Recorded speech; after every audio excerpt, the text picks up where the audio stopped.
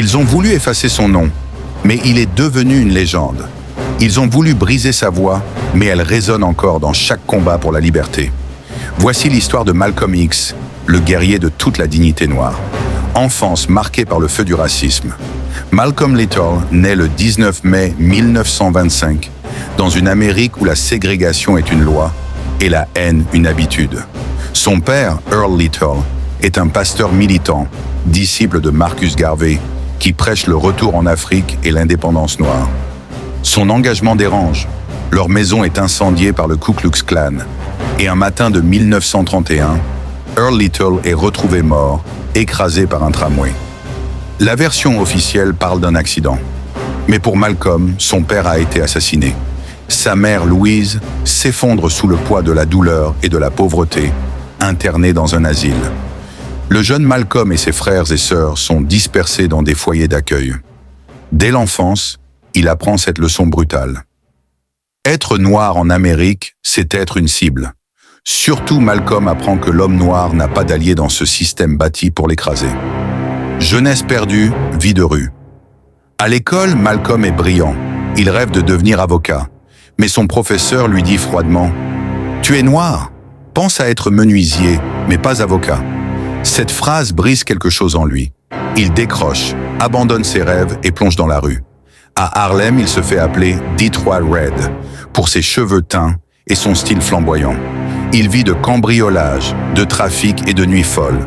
En 1946, à seulement 20 ans, il est arrêté, condamné à 10 ans de prison. La prison, pour beaucoup, c'est la fin. Mais pour Malcolm, ce fut le commencement d'une longue quête du savoir. Prison. La métamorphose. Enfermé derrière les barreaux, Malcolm aurait pu s'éteindre. Mais il renaît. Il se met à dévorer des livres. Histoire, philosophie, dictionnaire, Coran. Chaque page est une arme. Chaque mot, une nouvelle liberté.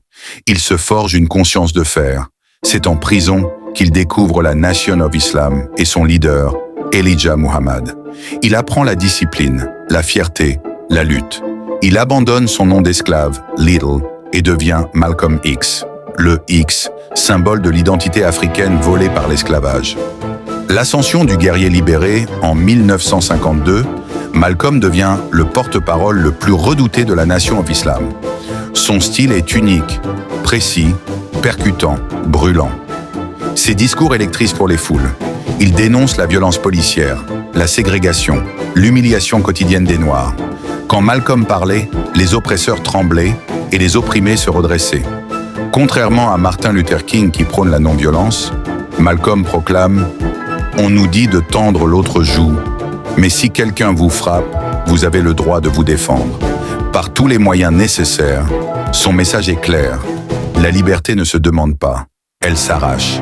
Il construit des mosquées, recrute des milliers de membres et devient une menace pour le système américain.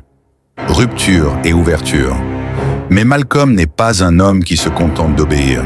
Il découvre les contradictions et les scandales d'Elijah Muhammad.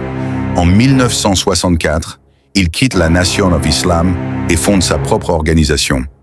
L'Organization of Afro-American Unity, inspirée des mouvements panafricains. Il voyage en Afrique, au Moyen-Orient, et rencontre les plus grands leaders, Kwame Nkrumah, Gamal Abdel Nasser, Ahmed Ben Bella. Il comprend que la lutte des Noirs en Amérique est liée à celle des peuples colonisés d'Afrique et d'Asie. À la Mecque, il effectue le pèlerinage du Hajj.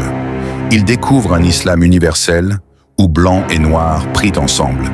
Il revient transformé, moins centré sur la haine raciale, mais encore plus déterminé à abattre l'injustice, partout où elle se trouve. Le prix de la vérité. Mais cette nouvelle vision fait de lui un homme encore plus dangereux pour ses ennemis.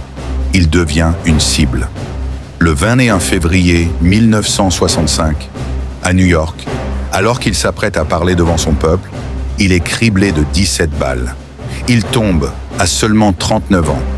C'est qu'il faut retenir. On peut tuer un homme, mais pas une idée. On peut faire taire une voix, mais pas une vérité. Héritage immortel. Malcolm X est mort jeune, mais il a vécu intensément. Il a inspiré les Black Panthers, les mouvements de fierté noire et chaque Africain qui refuse de plier.